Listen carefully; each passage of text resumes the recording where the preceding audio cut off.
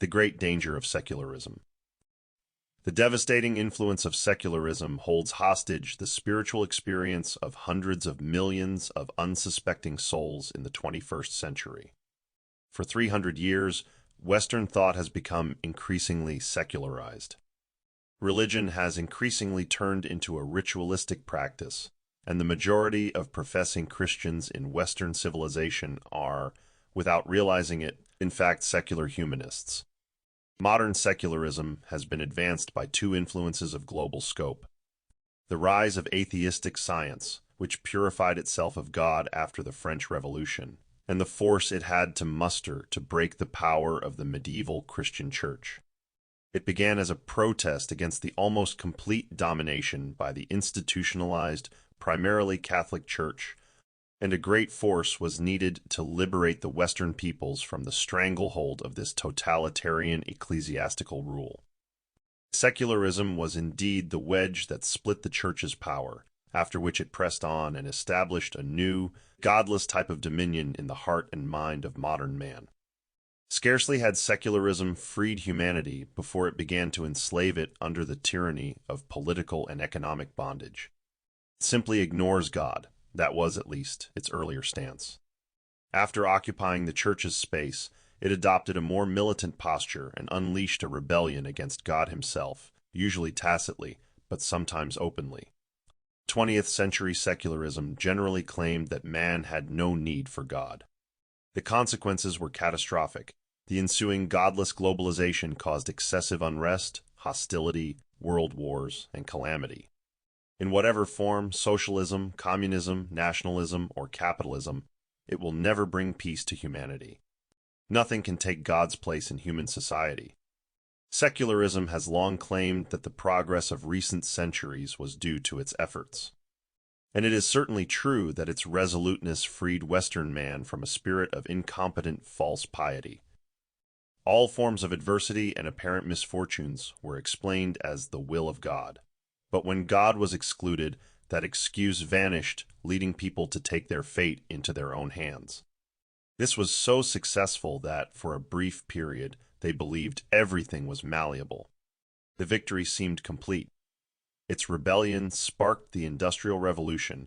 Man learned to work methodically, and confidence grew in sharing knowledge. Through its contributions, life expectancy rose by more than 20 years within just 2 generations. Infant mortality declined, and in all areas except true religion, explosive growth occurred. But take heed. Behind the gains of the 20th century stand not only science and secularization, but also the unrecognized and unacknowledged spiritual influence of the life and teachings of Jesus of Nazareth. Without tolerance and widespread societal service, successful democratic forms of government and civic freedoms for the individual would never have been possible. The spiritual gain that materialized socially and bore fruit lay primarily in the strength of the family. People, who through unleashed technological progress lived longer than their forebears, were suddenly able to support their own children and grandchildren. This vital, silent, stable foundation is still present, but it has become much thinner due to false freedom. Note well, the strain on relationships between man and woman is timeless, but the evil of secularism is that it normalizes and facilitates many threats. Take, for example, the despicable shows on television. For the sake of ratings, ethical lines are crossed further and further, making misery and brokenness seem normal for the common person. Unrestrained by any morality or ethics, the seeds of temptation, infidelity, and brokenness are freely sown. Yet there is no safer place for a child than a family, and for mature characters who have learned to love unconditionally, there is no more enduring, finer place than coming home to one another. Due to this brokenness, it is much harder for many victims who later embark on a spiritual quest to come to know God as a loving Father. Cut off from God and with a fervent belief in complete malleability, Western man lost much of his spiritual wisdom. He took freedom without responsibility, and in the storm of a rapidly changing world that enabled new possibilities, family life fragmented. Note well, this storm was inevitable, arising as the masses were swept along by progress. But because God was excluded, and because the majority no longer had any sense of their spiritual soul, there were too few safe havens to seek refuge. For every recognized problem, solutions are sought, and thus your governments no longer govern, but react belatedly to much evil that spiritual wisdom could have prevented. This is also the case in many churches, which, having degenerated into social, dogmatic institutions, are powerless to read their times accurately, causing them to react belatedly to problems. Weekly, the message still sounds that the individual is destined for eternity, but as an institution, it is incapable of boldly redefining God's love in a rapidly changing world. Where God and true religion are lost from sight, people spiritually regress to the law of the strongest. The Western peoples misused their acquired freedom, and as the world lay open before them, feeling superior, they entered an almost continuous state of war and international instability. Secularism freed man from the church's stranglehold, but it threw out the baby with the bathwater.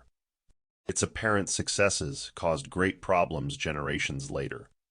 The false freedom it claimed comes at a steep price, falling upon the heads of their children's children. Without God, without religion, scientific secularism can never operate sustainably or holistically, and without drawing from the advancing goodness of God, it is impossible to reconcile the divergent and rival interests of peoples and nations. This secularized human society is slowly disintegrating, despite its unparalleled materialistic achievements. The primary cohesive force counteracting disintegration by opposing forces is nationalism.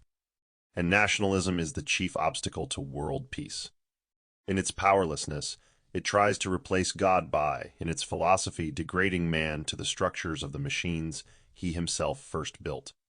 It strips man of his identity as intended by God as his child, and of the spiritual reality awaiting him after this life, where he will be united with his heavenly Father. Instead, it restlessly chases immortality, living in the delusion of the moment. It is capable of thoughtlessly sacrificing all its achievements and freedoms for the glittering mirage of tomorrow. And where it derails, today, it erupts into wokeism, busily working through dataism, social media, and cunning algorithms to trap the free individual in an electronic cage. It denies God, and thus it also does not believe in his children, causing it to repeatedly try to rid itself of all threats by stripping the individual of his freedoms and enslaving him in a totalitarian regime. The inherent weakness of secularization is that it trades ethics and religion for politics and power. You simply cannot establish the brotherhood of men as long as you bypass or deny the fatherhood of God. Secular social and political optimism is an illusion. Without God, neither independence nor freedom, property nor wealth will lead to peace.